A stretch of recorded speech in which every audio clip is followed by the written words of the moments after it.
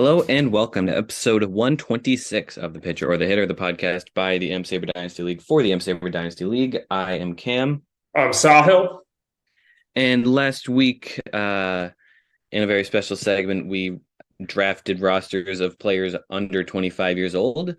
We had you vote on them. The results are in. And ladies and gentlemen, you voted for me as your winner. Thank you very much. Appreciate the honor. I was chosen as having the better team. Boo. I didn't even see the voting. That could be fake news. That could be could just be you coming up with it. I could show you the results after the fact. We also had I also left an opportunity for people to post any players that we forgot. Only one person responded, and the answer was Joe Mama. So I guess it sounds like we did a pretty good job picking the best players. I mean, you picked Christopher Morel, so I don't know if that's picking the best players, but here we are.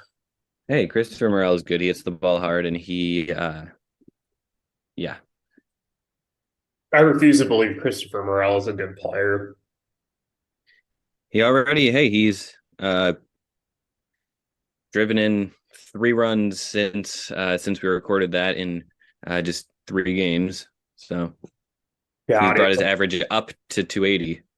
He has a 137 WRC plus on the season with a 30.3% K rate. It's so disgusting.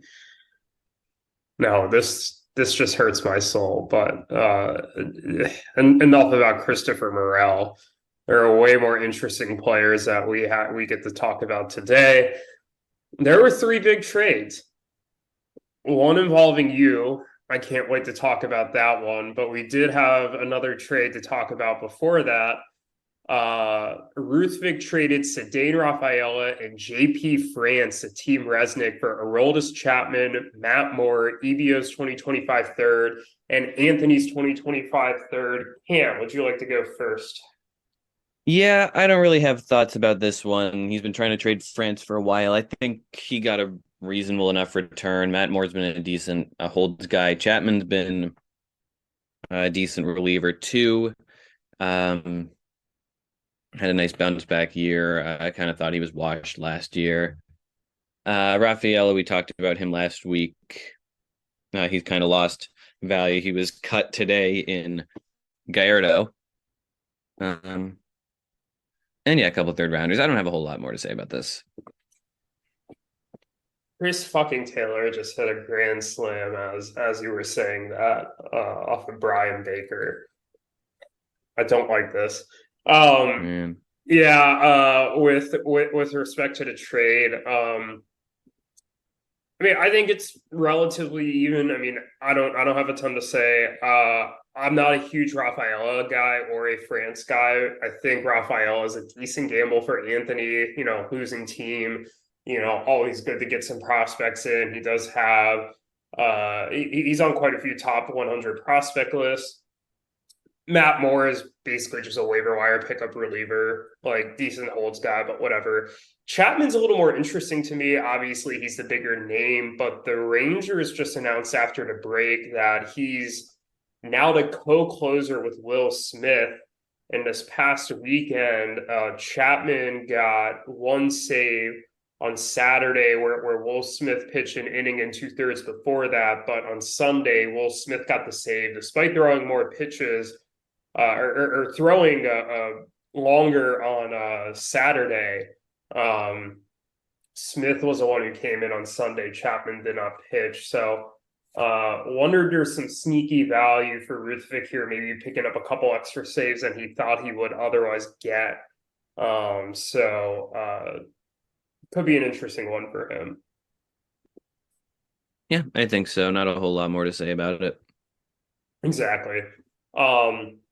These next 2 trades, I think there's a little more to say about, though.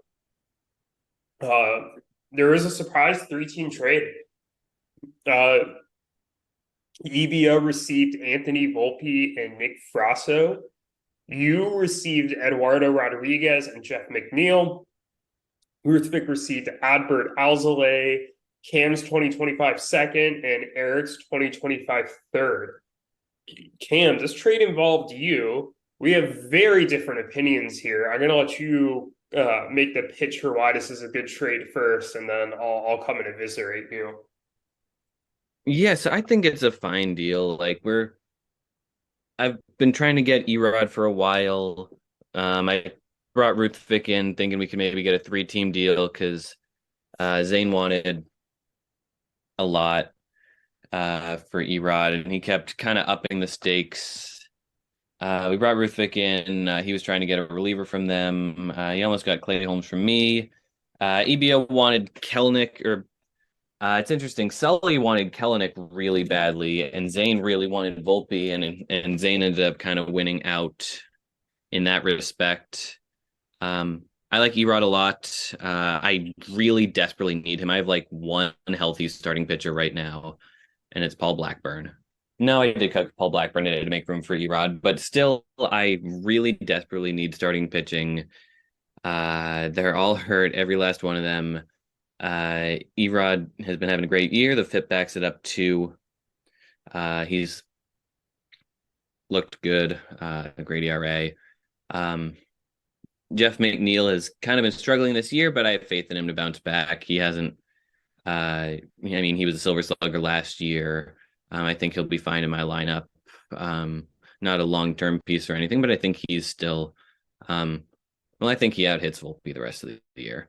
And as for Volpe, he was tough to part with, but he was a guy I picked up as a free agent last year.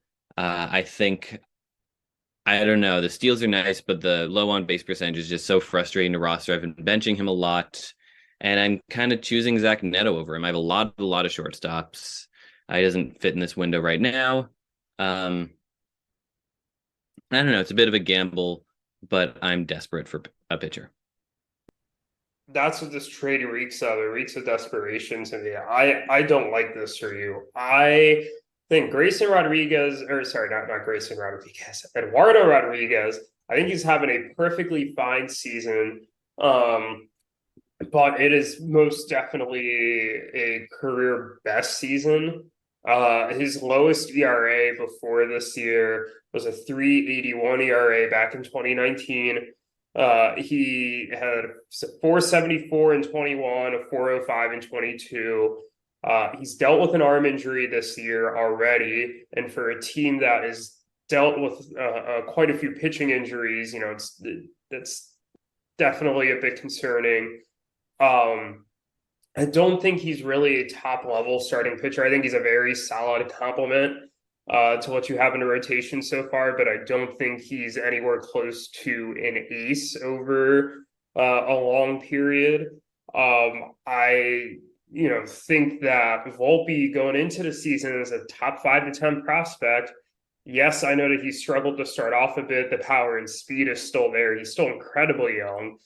I like the general concept of you trading him. I think you and I have discussed that quite a bit. I've mentioned it as something I think would be good for you.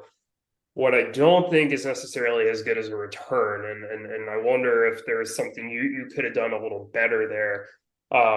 Jeff McNeil is basically waiver wire fodder. I mean, I don't really think that highly. He's a Silver Slugger winner last year. Okay, but again, we're talking about real life value versus fantasy value. He had a 382 OBP last year. That's fine, but he had 9 home runs and 4 steals. From a fantasy perspective, that's an okay player, but it's nothing super special. He has a 323 OBP this year. 3 home runs, 5 steals. He has an 88 WRC plus. It's nothing special. Two of the last 3 years, he's at sub 100 WRC pluses.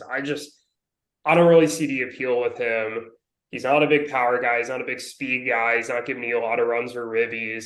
Like, I don't know why you wouldn't just pick up Heimer Candelario from free agency. He's having a much better year. Heimer Candelario didn't win a Silver Slugger last year. He doesn't have that ceiling. Okay, well, so a ceiling of hitting having a 380 OBP with nothing else, like, it's not like a profile that I'm looking at and I'm like, oh my God, I absolutely have to go out and get. I don't see it. Maybe I'm wrong, but I don't see it. The rest of the trade, I mean, I think EVO comes out as a clear winner here, right? They're a rebuilding team. They got a type 5 to 10 prospect going into the season for pretty cheap. I think Ruthvik too trading McNeil for like a pretty decent holds guy and 2 picks is perfectly fine. Even if he just got the picks or just got Alzolay, I think that would have been perfectly fine.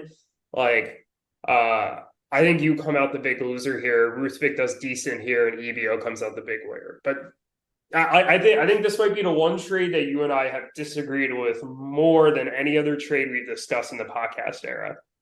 But I don't see the appeal of this for you. I do get that you needed a starting pitcher, but I'm underwhelmed by the return. McNeil, by the way, would have been the 21st ranked outfielder last year and the 5th ranked second baseman. Okay, we're talking a different year. Number one and number two. It's an empty OBP. I get it. It's a okay complimentary piece, but that's not what I'm looking for in return for a guy who was like a top 5 to 10 prospect, even with ERA being the other piece. I mean, he's not the main piece I'm getting back. He's a fine guy who can fill in my lineup in a mid-tier role and play instead of Kelnick some days. I don't know, man. If you would have traded Kelnick for Erod, I would have been all over this for you. I think it would have been fantastic. I'm a lot more ready to give up on Kelnick than I am Volpe, and I don't see it. It's just again my opinion. Maybe Volpe actually busts and proves me wrong here, but I'm not seeing it. I don't know, but you got another trade here. Very, very weird trade. You traded a guy that you're hyping up as like a top 15 prospect and 2 first rounders and a second rounder for a shot at number 1. Feels like a very 2018 trade to make when we weren't sure what a first rounder was. Yeah, okay. I'll explain the logic here. I think Anthony has been pretty solid so far, and he's popped up nicely. He's up to 35 on BA's top 100. I don't necessarily think that Anthony is suddenly like this year's Jackson Churio, or I think he's suddenly going to pop up and be like a top 5 prospect or anything. So I'm gambling on him kind of being this like pop up sell high guy right now. I think those 2 first round picks are going to be late in the round in 2025. That second round pick is a conditional pick that vests to Daniel and Matt if their pick is number 1 or number 2. And if I'm getting, one of the top 2 picks, I'd be more than happy to just have to give up a second round pick on top of what I've already given up. And I really like 3 of the prospects at the top of the draft, and I'd be incredibly happy with either of them. And I think there's a very good chance that I land one of those 3 if I keep the pick. If I don't keep the pick, which you know me, I like to trade stuff. I'm happy to, trade it and get something that could be more useful for a win now push this year. I think given some of the depth that I have, I don't mind consolidating value like this, even if, it could be a little risky. Whereas if you're looking at Daniel and Matt, they're not one piece away from suddenly, thrusting themselves back into contention, getting multiple pieces, even if they have to wait a year for the 2 first round picks is something that seems, perfectly reasonable to me for them to do. Could you argue that I perhaps overpaid a little bit? Sure. I personally don't think so. I personally think it's a pretty even trade. But I'm willing to gamble on that first round pick either being a premier prospect to add to the farm or a premier trade chip that I could get something that I really want for. And I have no regrets from this. You know me, I like consolidating value like this. This just feels like something I usually do, except usually instead of me acquiring a 2024 first round pick, there would be a player's name in there. And, I don't think it's all that different.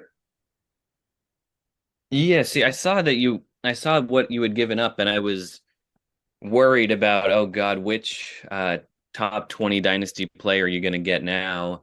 But really, there kind of aren't that many left that would be on the block. So then when I saw the first round pick, I felt kind of underwhelmed. It feels like I don't know. You're getting a top 30 prospect by giving up a guy who's a top 50 plus two potential top hundreds. It feels, I don't know, feels like you gave up a lot. Well, I disagree with the characterization of whoever I'm getting as a top 30 prospect. I obviously rank the guys at the top of this year's draft higher than you have them ranked. So I think the difference in opinion is where we see the difference in value. If I thought that I was getting a top 30 prospect, then this trade doesn't make sense. But I don't view it as a top 30 prospect. I think I'm acquiring a top 10 prospect. I also feel like, if you made this trade with EBO instead, you could have had the same odds at number one and you would have had to give up a lot less, presumably. Yeah, but none of the lottery teams really want to give up their picks other than Daniel and Matt, and that's perfectly fine. And there are a lot of teams who want the pick. So I could be looking back at this easily by the next time we record and be like, yeah, it wasn't just Anthony those two firsts for the 2024 first. It was Anthony those two firsts and maybe something else for, whoever, and suddenly, it's something that you might think of differently as something that's, better for me. But I even in a world where I don't trade the pick and I use the pick, I'm very happy with it because I really like I said, multiple players at the top of the draft. I think there's a consensus number one, and I also think there's a pretty solid top three who's pretty obviously like I think there's a teardrop after three, and I think I'd be very happy to get one of those top three. So you think this could be like the time you overpaid for Luis Patino, essentially? In that regard, sure, except I don't think I overpaid here. We'll see. I think, yeah, Daniel and Matt, difficult for them to be losing out on their top pick and on a chance of Dylan Cruz or one of those guys. But they got a lot of quantity here, and sure, it'll be a year before those two guys turn into first rounders. But having both of those next year will be nice. Yeah, fair. And I'm certainly taking a gamble too, right? If Anthony pops off and one of those first round picks that I gave him pop off, and if I don't make a good trade with that first round pick, or if I gamble incorrectly on who I take, this could end up poorly for me. But I do think I'm in a position to take on this risk, and I feel pretty good about it. It's hard to get some of this premium talent, young talent into my system. Given that I'm, making a lot of aggressive win now moves. So, I saw this as a pretty solid avenue to go and get a pick like that. And I did. So, All right, we shall see. Any last words before we move on to this week's matchups? I find it hilarious that you and I are both very skeptical about the trades that each other made.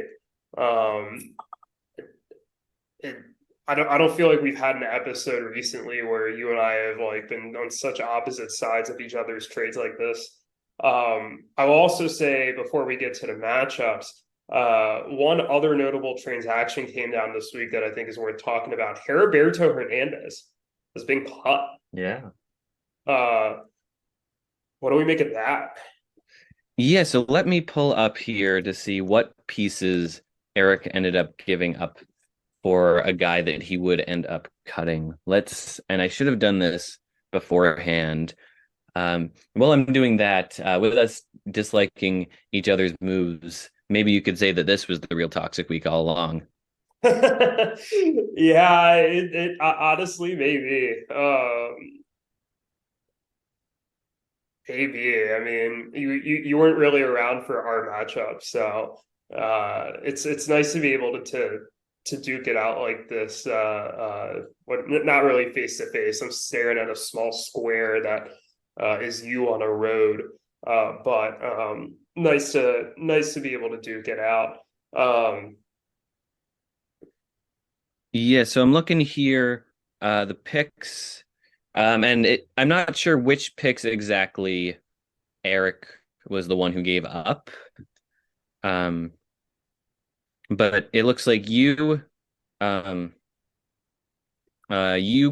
received Tristan Lutz, a first that hasn't come through yet. picks, which became, let's see, Austin Wells and Yuki Cespedes, and a third rounder, which hasn't come through um, for Heriberto. So really, yeah, Austin Wells was the big get in that deal as a pick, and you traded Heriberto for him. Yeah, I traded Austin Wells a couple times. Austin Wells was part of the Cedric Mullins trade last year. Um, I got Wells back in the offseason for Luis Ortiz and Eggy Rosario, and then I traded Wells to Erik along with Jonathan Clase for 2 firsts and a second, and then traded one of those firsts to get Arenado and traded the other first as part of a deal to get the first round pick I just acquired from Daniel and Matt. So pretty eventful string of events that came out from the Austin Wells pick. Yeah, Erik also gave up the second rounder that became Trey Sweeney in the to get Heriberto, by the way. Oh, there you go. Sweeney, yeah, Erik saw Sweeney. No, Erik traded Sweeney, Oh, traded the rights to Sweeney, to Zane and Max. Who sent that pick to you? Then you sent it back to them again. EBO took Sweeney. They traded Sweeney to Erik. got it. Well, they must have reacquired Sweeney then. Erik must have. Mm-hmm. Um, But with all that out of the way, let's dive into some matchups. yeah, let's do it. So another interesting week of matchups. A week of matchups I predicted wrong, as a matter of fact. We did not do an official pick 'em, but I was pretty wrong when it came down to these. I think the big matchup that we need to talk about first is me versus Jake. Um, I ended up winning 6-2 to 4. That is the second, or that is the first 6-2-4 win in a matchup since 2019. So it's been 4 years. Kind of a funky score. Jake ended up with a late offensive push on Sunday, kind of tying some of these categories, but it wasn't enough. I won runs and homers. He won OBP, but we tied the other three offensive categories. We tied in strikeouts, and then I won quality starts, holds, ERA, and WHIP. That was enough to give me a 6-2-4 win over Jake.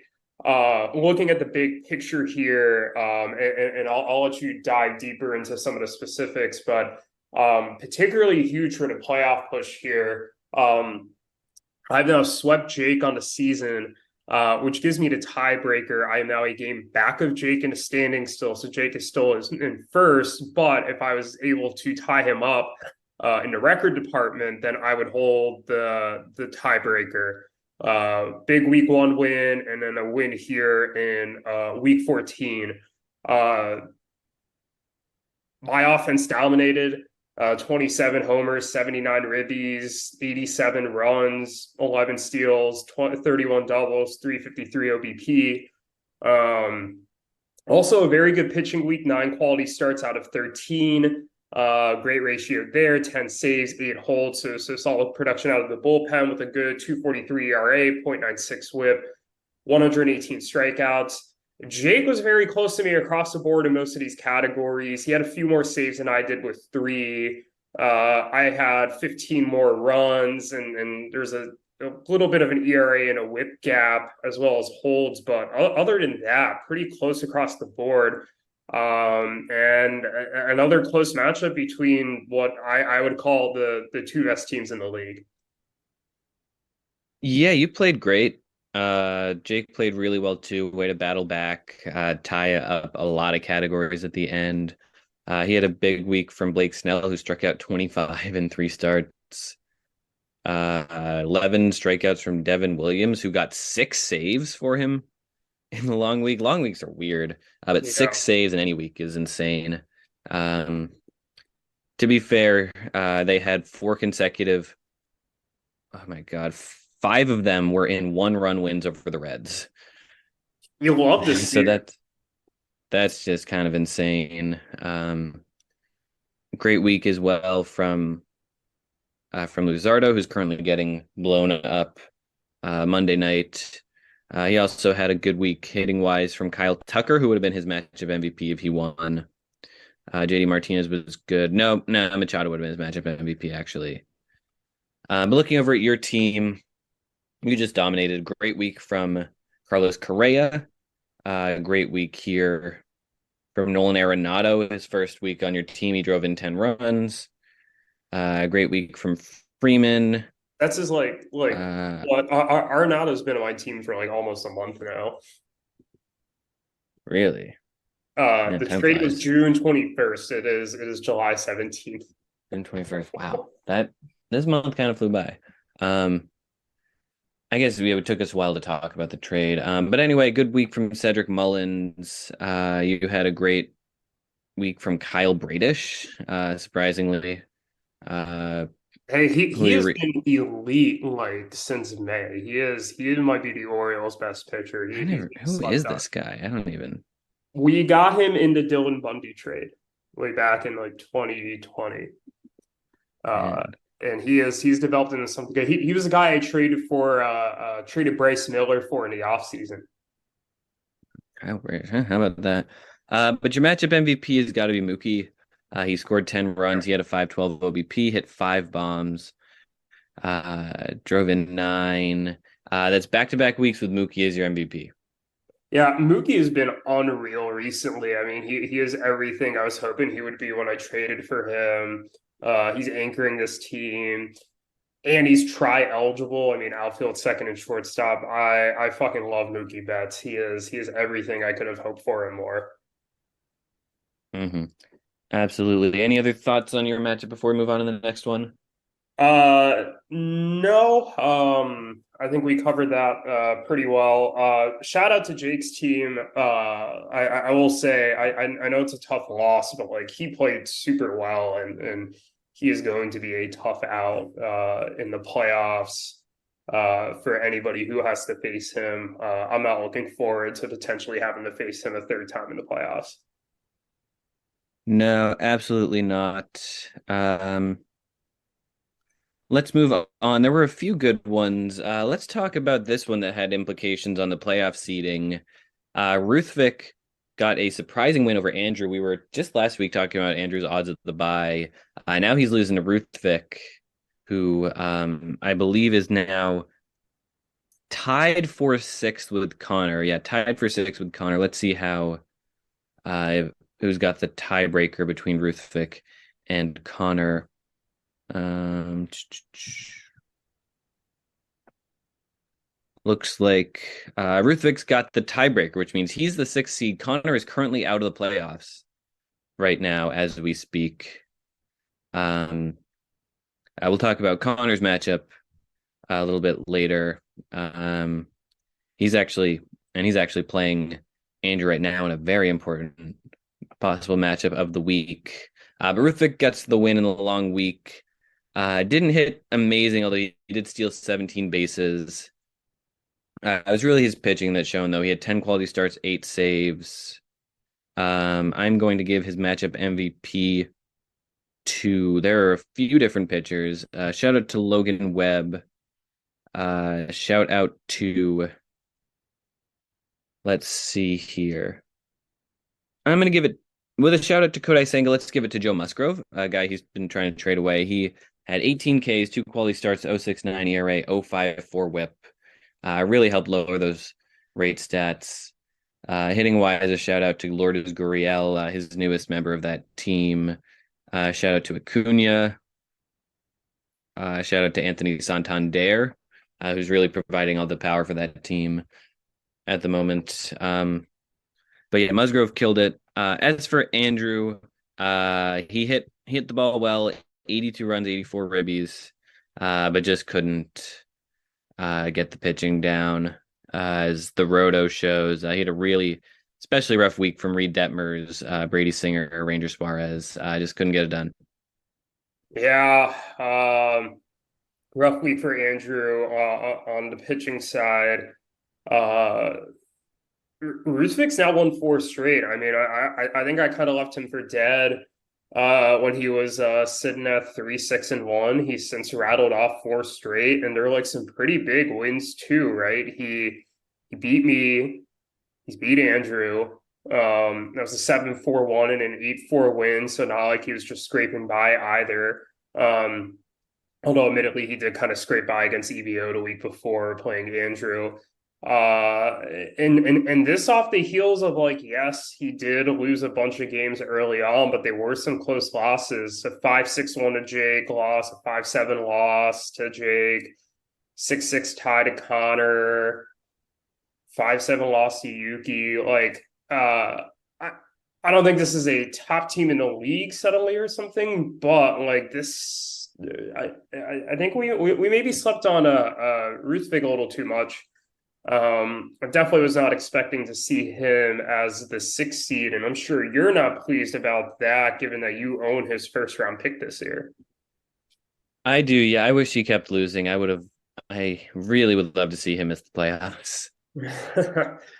Yeah, you definitely would. I'm sure you would love to have a lottery pick uh of your own. Um,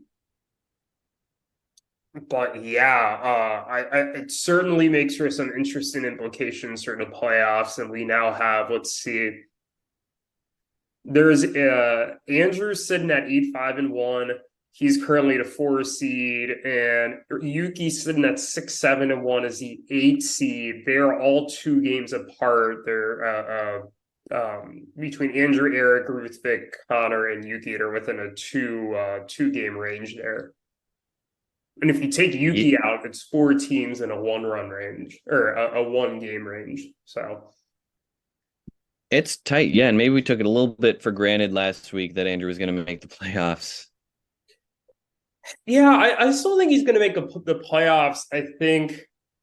Um, I don't think he's going to be a top three seed, but I'd still put my money on Andrew being a playoff team. I still think Okay. he's definitely a better team than Ruthvik, Conor, and Yuki are for sure. Maybe not Erik, but definitely those other three. We'll see about that. Let's move on then. The reason Yuki's in that position is because he lost a tight one to Anthony that he really should have won this past week. Just lost by a couple runs, four RBI, two homers, a little bit of on base. One quality start would have gotten the tie. Uh, just tough for Yuki. He did not have his best week. Pitched fine, but Anthony got the better of him this time. Yeah, you're right. Yuki desperately needed that. Win there would have put him at 7-6-1, would have helped him keep track with Ruthvik and Conor. I don't know if he would have had the tiebreaker over them or not for the sixth seed, but having the same record as them would have been huge. That's now Yuki's third straight loss. And the schedule's not getting easier. He plays me, then he gets Ruthvik, then Andrew, and then Jake. And then after Alex and Zaki, he gets Erik the week after before ending with EBO. So it's a tough end to the schedule for him. And if he doesn't turn it around quickly, he looks like he's going to slip out of the playoff picture entirely. Yeah, it's definitely a big couple weeks for Yuki here. And this was a must-win matchup. He was let down by Dalton Varsho. A rough week for Randy. Corbin Carroll was just kind of mediocre this week. Um, and then pitching wise, he got a good week from Dean Kramer, another Orioles starting pitcher that's surprising. But Zach Eflin got beat up. Hunter Brown got beat up in his one start. Same with Taj Bradley. Anthony, though, not the most amazing week, but did enough to win. I'll give his matchup MVP. I'll give a shout out to Joey Votto, who drove in 8 runs. Shout out to Sean Murphy, who drove in 7. Shout out to Christopher Morel, who scored 6 runs this week. Bogarts played well too, but matchup MVP, let's go Chas McCormick. Ooh, Uh, I know, a bit bold, but he had a 500 on base percentage. He uh, scored 8 times, hit 3 homers, stole a base, drove in 5 runs. Always fun to see guys like that succeed. He was the AL Player of the Week. I picked him up for my very first day of my matchup against Jake, and then caught him right afterwards. And that home run he got uh, ended up kind of saving me some more categories. So, uh, uh, quick shout out to Chapman Trade for me as well. Really benefiting multiple teams this week with his good performance. Yeah, absolutely. And Anthony still owns him now. It says there's one team interested in him. Not sure who it is, but maybe Anthony can trade him with a deadline. We'll see. I'm curious if I actually accidentally put him as someone I'm interested in. I'll check that right now. Uh, no, it's not me. I don't know who it is. Interesting stuff. But yeah, Anthony improves to 5-9. He's got ninth place right now. Game and a half out of eighth. So playoffs are still looking unlikely unless he rattles off 3 or 4 more wins in a row. But he's now a game clear of EBO and the Elders right now. Yeah, I don't really think he's a playoff team either. I think he's got way too much of an uphill battle to climb to get into that spot. I mean, Ruthvik and Conor are 2.5 games ahead of him, but definitely a nice win for Anthony to kind of stay on the fringes of the playoff hunt. It'll be interesting to see, if Yuki kind of keeps faltering and maybe Anthony picks up a win or two, do they flip into standings and then Yuki's pick becomes the higher lottery odd pick over Anthony? They both own their first round pick. Um, so there's no one outside of them who has that vested interest, but it would certainly be interesting to see. Could be interesting for sure. All right. There's one more matchup that was close this week. That was between Conor and Erik. Erik had a narrow 7-4-1 victory over Conor to keep pace in fifth place. Conor, as we said earlier, drops out of the playoff picture. And I gotta say, neither team played very well. Erik had 30 doubles, which is nice for a long week, and 18 steals, but the RBI, OBP runs totals were a little bit lower than most teams. Struck out a lot of guys too, but had a high ERA and WHIP. But did just enough to get a very important win over Conor to keep pace and gain a game on Andrew, more importantly. Yeah, yeah, huge win for Erik. He obviously, I mean, we've detailed his struggles quite a bit to start the season. But he's continuing to do what he needs to do to kind of get back up into the playoff picture. I think it's safe to say he's not going to get one of those top 3 seeds, but I think he's put himself really nicely in position to snag the 4 or 5 seed. And I'm sure whoever gets the first seed is not going to be too happy about the potential about having to play Erik. But you are right. It definitely was not Erik's best week. A bit of quantity over quality with the pitching, but even then, he only got 6 quality starts despite throwing 17 starts. The quantity really came into strikeouts. From an offensive perspective, I mean, the 18 steals is very nice. The 30 doubles is very nice, but you're right. Just kind of underwhelming in some of those categories. And I mean, it was close. It came down to the last game. Mauricio Dubon, there was a point where if he hit a home run, Conor would have tied him up. Erik got a late Shohei Ohtani home run that made it a moot point anyway. But, good for Conor to be able to hang in there. But you're right, not enough. And a really pivotal loss for Conor and a huge win for Erik. As their playoff trajectories are kind of going in opposite directions. Mm-hmm. Yeah, absolutely. I'm looking at Erik's team. He got a good hitting week from Shohei, but a rough pitching week for him. Looking at some other guys, a good week for Will Benson. A good week for Ellie, who stole 7 bases this week, including a steal of home. Uh, Solid week for Giancarlo, who drove in 7 runs. 2 quality starts for Corbin Burns. Scherzer struck out 16, but couldn't finish a quality start. I am going to give matchup MVP to Burns. He had 19 Ks, 2 quality starts, 150 ERA, and a whip sub 1. With an honorable mention to the 7 steals from Ellie, who gave Erik 18 for the week. Yeah, there you go. Great choice for matchup MVP. Anything else you would like to add here, or are you ready to talk about the next matchup? Yeah, that's about it. I'll say Connor's matchup MVP would have been Justin Turner, if he had pulled this matchup off. Turner's had a much better year than I really thought he would have. He's Yeah, Justin Turner and JD Martinez both kind of switched teams this year, and they've both really had good bounce back years. I just want to give him a shout out. Yeah, they've had great bounce back years indeed. I just watched JD Martinez get a hit against the Orioles, and I'm annoyed that he still exists. Yeah, uh, definitely. 2 matchups left though. Do you want to talk about mine before we talk about the other one?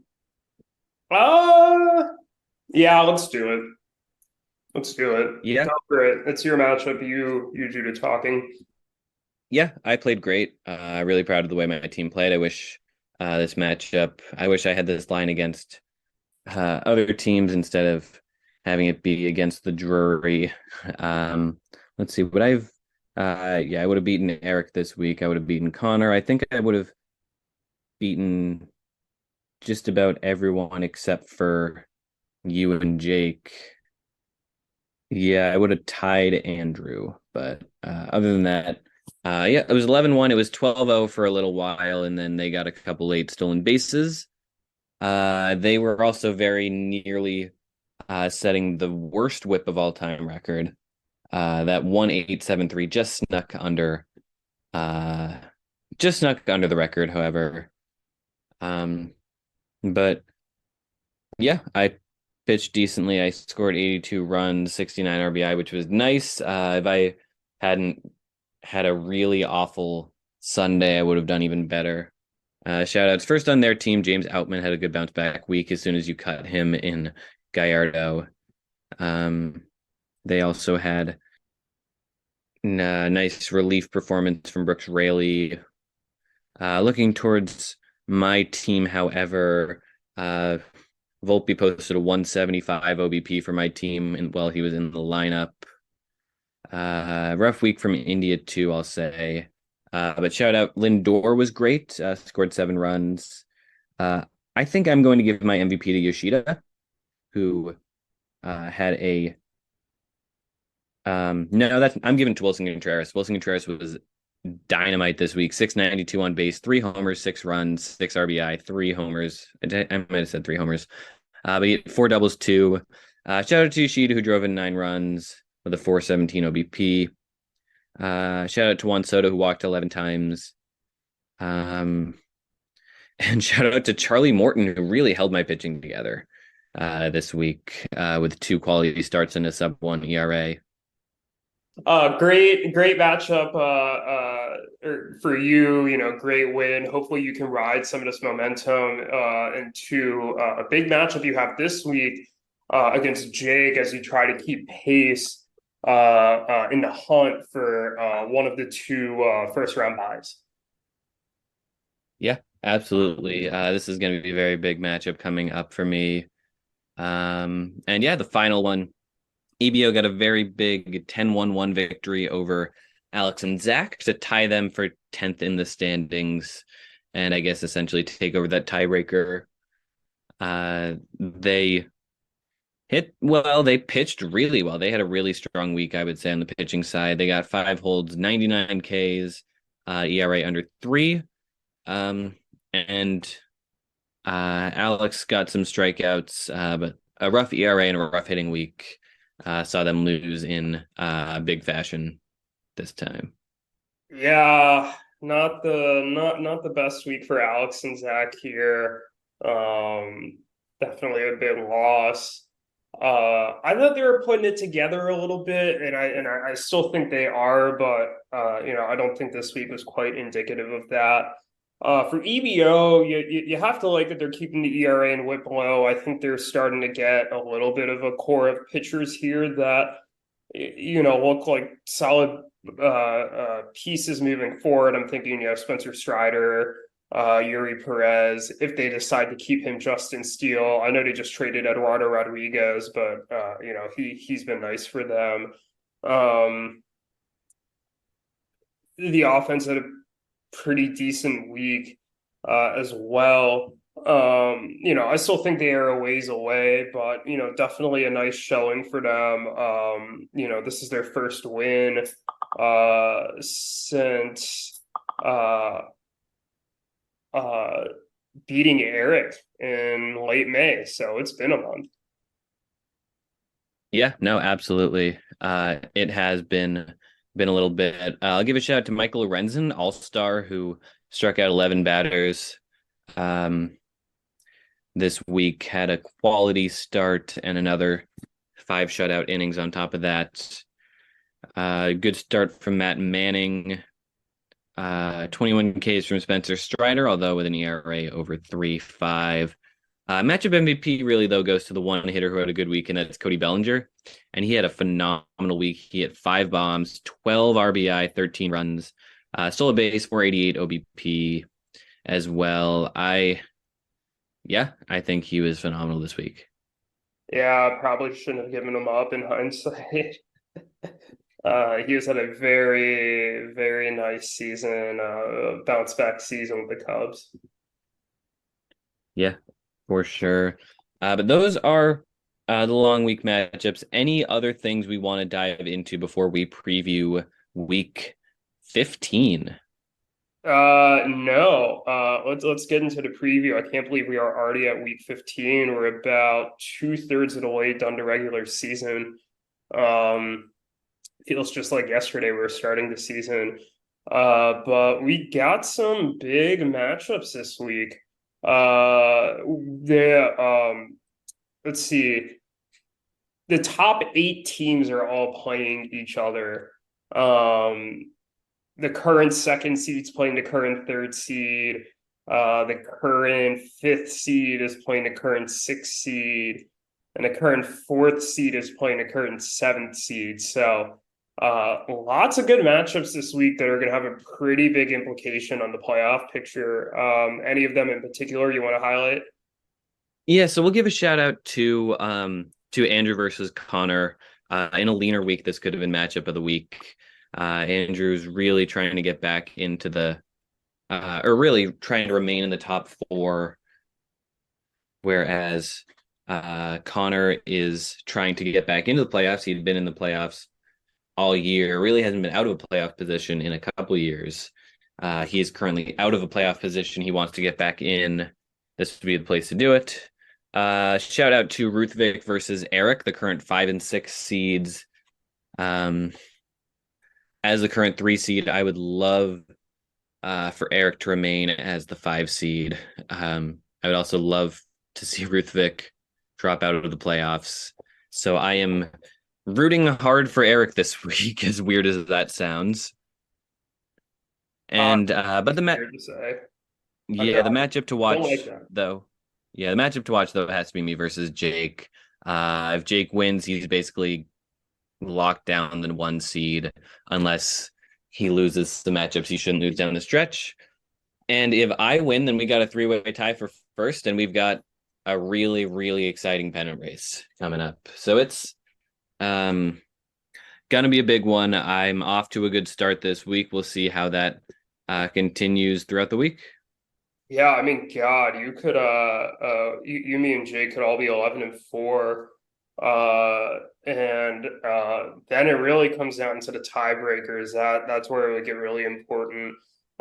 You could end this week as high as the 1 seed, or you could end as low as the 3 seed.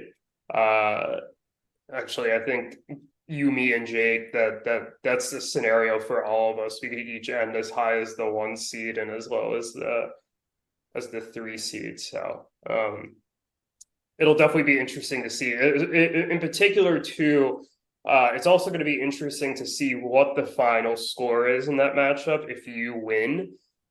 You lost to Jake earlier to season 5-6-1. So if you were to beat him like 7-5 or above, you would hold the tiebreaker over him. And given that you two would have the same record in that scenario, I mean, that would be incredibly important on the stretch. Absolutely. Yeah, having that tiebreaker, very important indeed. Are we ready to pick these? Yeah, let's pick them. If I go back to our handy dandy command center sheet here, we did not do a pick 'em last week. I alluded to the fact earlier that I did not do well with my own kind of personal off-board pick 'em.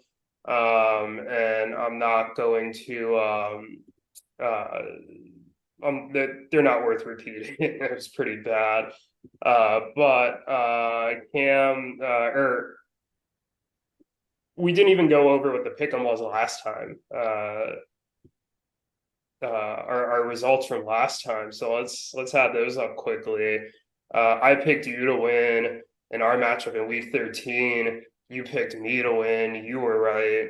God, I need to make sure I get these right for a spreadsheet so I can give everyone the record, because I know this is why people really listen to us, is to see who wins the pick 'em. Okay, we both won 5-1 in week 13. We have not, I guess, formally announced that on any podcast. Since then, the difference was I picked you to win. I won. You picked Yuki to win against Conor, and Yuki lost. I picked Conor to win. We both went 5-1 on that week. That means that I am now 48, 24, and 6, and you are now 51, 19 and 8. Cam, you still have the better record. Cam, take it away. All right. I think and this is a tricky one. I think you'll beat Yuki. I think you know what? I'm gonna take the bellies over the elders. A little bit of a surprise here. Ooh. I think they get their third win of the year, surpassing last year's total. None of these matchups are easy. I think Andrew beats Conor.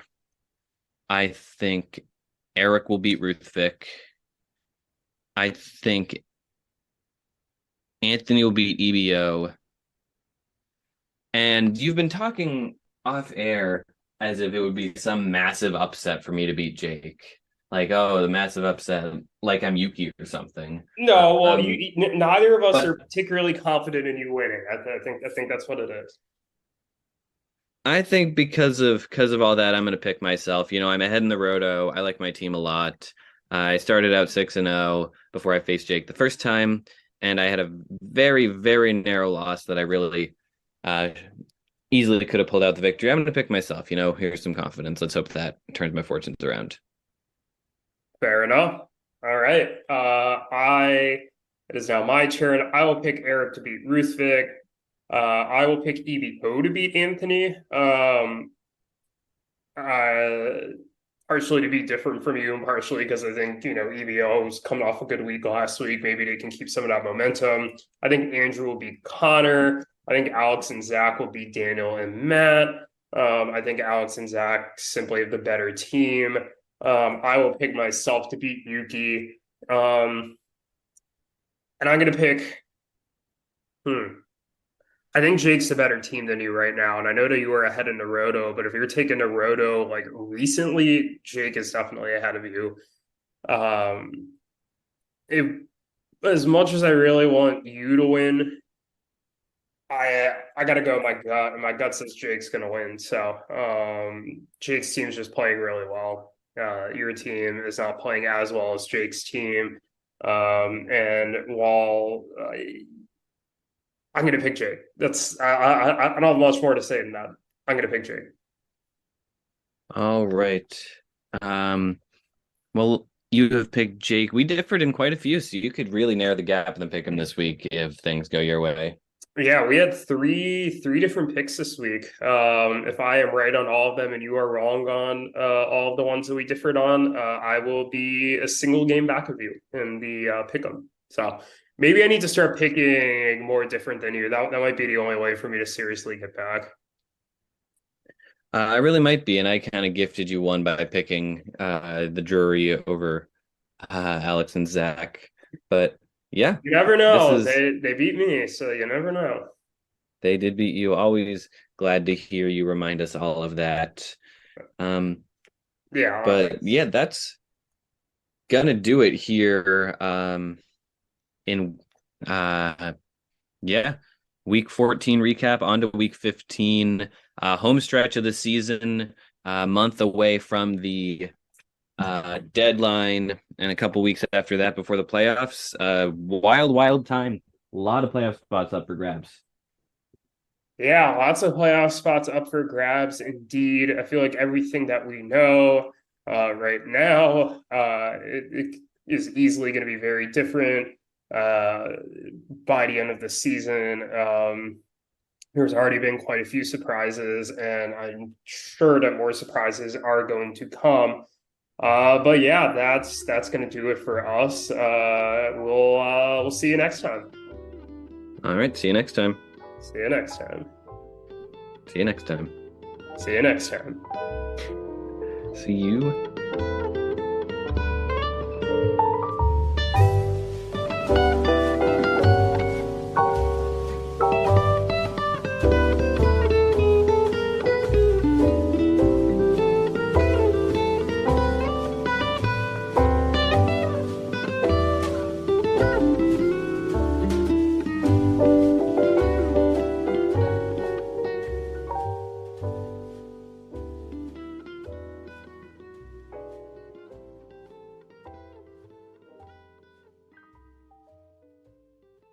This podcast is good.